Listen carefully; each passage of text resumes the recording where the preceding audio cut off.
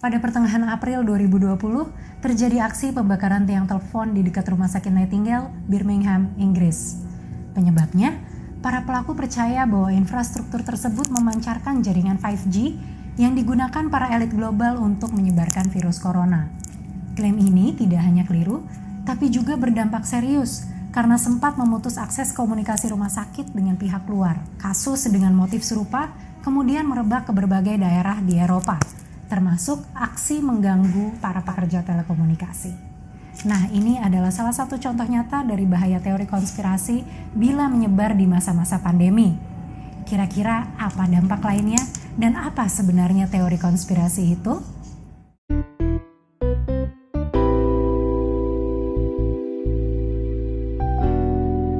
Kamus Bahasa Inggris Oxford mengartikan teori konspirasi sebagai teori bahwa satu kejadian timbul sebagai hasil antara konspirasi dari pihak-pihak yang berkepentingan dan adanya satu kelompok yang bertanggung jawab atas satu kejadian yang tidak bisa dijelaskan. Biasanya, kelompok ini digambarkan elit, rahasia, dan punya modal kekuatan besar. Masalahnya, eksistensi kelompok ini tidak didukung oleh bukti yang valid. Gak heran kalau teori konspirasi seringkali hanya berbentuk klaim sepihak. Kondisi seperti apa yang mendukung tersebarnya teori ini? Kami membincangkannya dengan Amika Wardana, sosiolog dari Universitas Negeri Yogyakarta. Nah, kita di era sudah modern, postmodern seperti ini, ketika media sosial sudah sangat terbuka, semua orang punya kemampuan untuk membangun narasinya sendiri dan membangun sebuah teori konspirasi dengan tujuan yang lain. Amika menjelaskan teori konspirasi bisa berkembang karena pandemi menumbuhkan ketidakpercayaan pada otoritas. Di sini, pemerintah. Kenapa? Karena walaupun dominan, otoritas ternyata kewalahan dalam menghadapi pandemi. Pemerintah kita mungkin lebih suka menenangkan dan menyenangkan kita, tapi sebenarnya kondisinya tidak seindah itu. Ketika orang mulai tidak percaya, dia akan mencari alternatif terhadap jawaban yang selama ini ada. Pencarian jawaban dimulai dari pertanyaan-pertanyaan yang masih misterius. Misalnya, bagaimana asal-usul virus? Siapa yang bertanggung jawab? Dan ada kepentingan apa di balik ini semua? Mari mengacu pada 3 teori konspirasi terpopuler yang dikumpulkan Signal Labs dari media sosial. Di urutan pertama, ada teori yang menyatakan bahwa Bill Gates adalah pencipta virus corona. Di urutan kedua, ada teori bahwa 5G menyebabkan penyakit COVID-19. Dan yang ketiga, teori bahwa COVID-19 adalah senjata biologis. Teori-teori ini sebenarnya sudah ada sejak lama. Teori 5G misalnya, serupa dengan misinformasi soal bahaya 4G. Tapi jika dulu biasa aja, kok sekarang memicu orang untuk bertindak kriminal ya?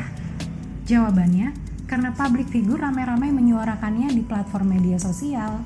Teori 5G disebarkan oleh selebritas seperti John Cusack, Woody Harrelson, petinju Amir Khan, rapper Wiz Khalifa, artis televisi Amanda Holden, dan lain sebagainya.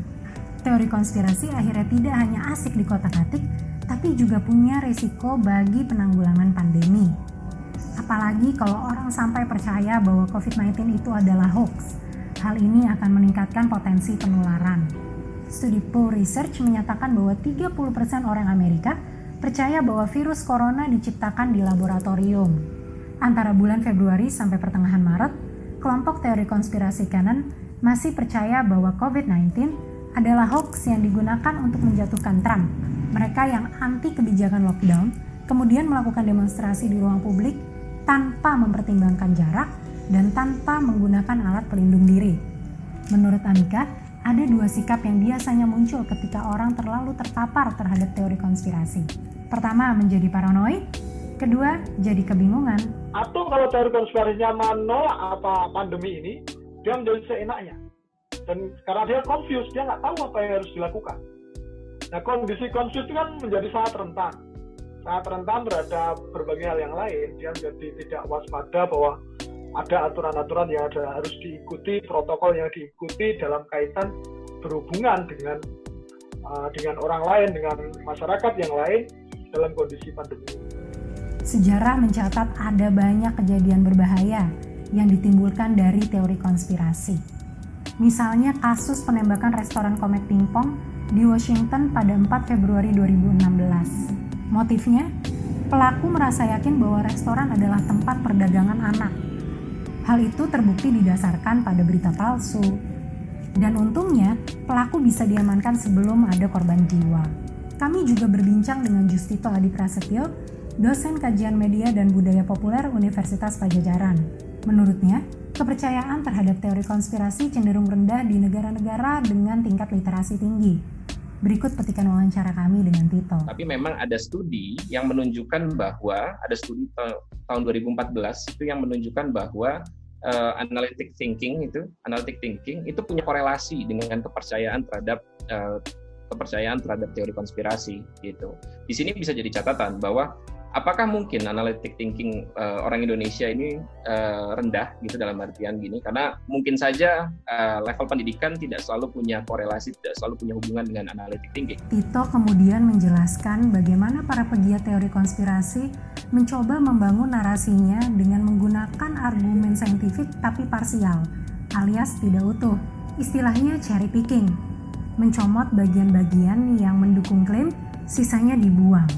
Dan kalau metodenya cocok logi begini, bagaimana kebenarannya bisa valid? Ya, itu alasan kenapa kalau kita lihat mereka yang menjelaskan tentang teori konspirasi, mulai dari flat earth sampai pandemi yang terkait corona, itu pasti berusaha digatuk-gatukkan atau berusaha dikaitkan dengan sesuatu yang saintifik sehingga kemudian masuk akal. Tapi ya sama seperti agama, gitu, dia tidak bisa digugat. Itu alasan kenapa mereka kemudian tidak bisa kita katakan ilmiah.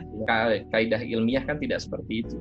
Permasalahannya, menurut Tito, pemerintah Indonesia ini cenderung anti-sains di berbagai kebijakan, sehingga potensi orang-orang untuk menyeberang ke teori konspirasi jadi lebih besar. Kembali mengutip pendapat Amika, ini sebenarnya lebih ke pemerintah kita sebenarnya. Bagaimana pemerintah kita itu membuat guidance yang lebih jelas, sehingga peluang teori konspirasi itu menjadi lebih minimal. Amika dan Tito bersepakat bahwa dalam jangka panjang, problem ini bisa diminimalisir dengan pendidikan literasi yang lebih baik di sekolah. Kata kuncinya, meminimalisir. Karena melenyapkan teori konspirasi sepenuhnya itu mustahil. Nah, untuk jangka pendeknya, bisa melawan narasi-narasi konspiratif di beragam platform, terutama oleh public figure, tokoh pemerintah, dan otoritas kesehatan.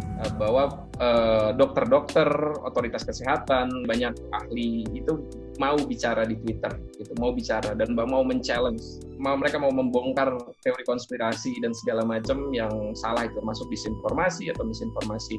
Pada akhirnya, polemik mengenai teori konspirasi ini bukan hanya soal percaya atau tidak, atau seberapa besar ini diperbincangkan di media sosial, tetapi juga bagaimana resiko di dunia nyata. Meningkatkan kewaspadaan memang wajib, tapi apa iya harus memakai teori konspirasi?